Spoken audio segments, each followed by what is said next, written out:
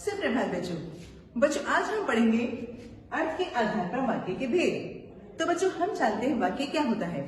वाक्य बस शब्दों का ऐसा व्यवस्थित समूह होता है जिसका कोई अर्थ होता है।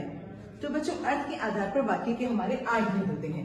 पहला विधानवाचक वाक्य, दूसरा निषेधवाचक वाक्य, तीसरा प्रश्नवाचक वाक्य, चौथा इच्छावाचक वाक्य, पांचवा संकेतवाचक वाक्य, छठा संदेहवाचक वाक्य, सातवां विस्मयादिवाचक वाक्य और आठवां है आज्ञावाचक वाक्य।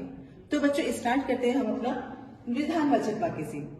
विधानवाचक वाक्य यहाँ पर सिंपल सेंटेंस होता है, एकदम सरल वाक्य होता है ये। जैसे सोहन पुस्तक पढ़ता है, इसी का हम निषेधवाचक वाक्य बनाते हैं। निषेधवाचक वाक्य सोहन पुस्तक नहीं पढ़ता है। तीसरा हमारा है बच्चों प्रश्नवाचक वाक्य, जैसा कि इसके नाम से पता चल रहा है इसमें कोई प्रश्न पूछा जाता है। जैसे क्या सोहन पुस्तक पढ़ता है।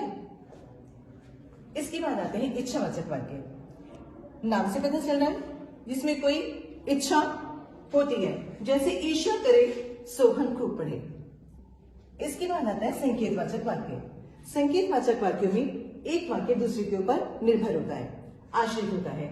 जैसे यदि सोहन विद्यालय जाएगा तो वह पुस्तक पढ़ेगा। यहाँ पर सोहन का पुस्तक किसके ऊपर निर्भर है? विद्यालय जाने पर, इसलिए ये हमारा संकेतवाचक वाक्य होगा। इसके बाद आते हैं बच्चों संदेहवाचक वाक्य।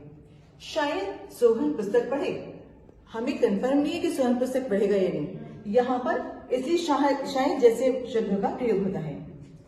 अगला हमारा है बच्चों विस्मयादिवाचक वाक्य। इन वाक्यों में हर्ष, शोक, भय, घृणा आदि शब्दों का बोध होता है।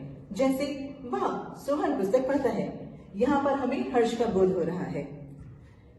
अंत में आते हैं आज्ञावाचक वाक्य पर। इस शब्दों में इन वाक्यों में कोई आज्ञा या आदेश दिया जाता है।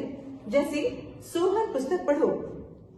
तो बच्चों ये था हमारा अर्थ के आधार पर वाक्य के भेद। कल हम इनके बारे में विस्तार से जानेंगे। तब तक के लिए धन्यवाद।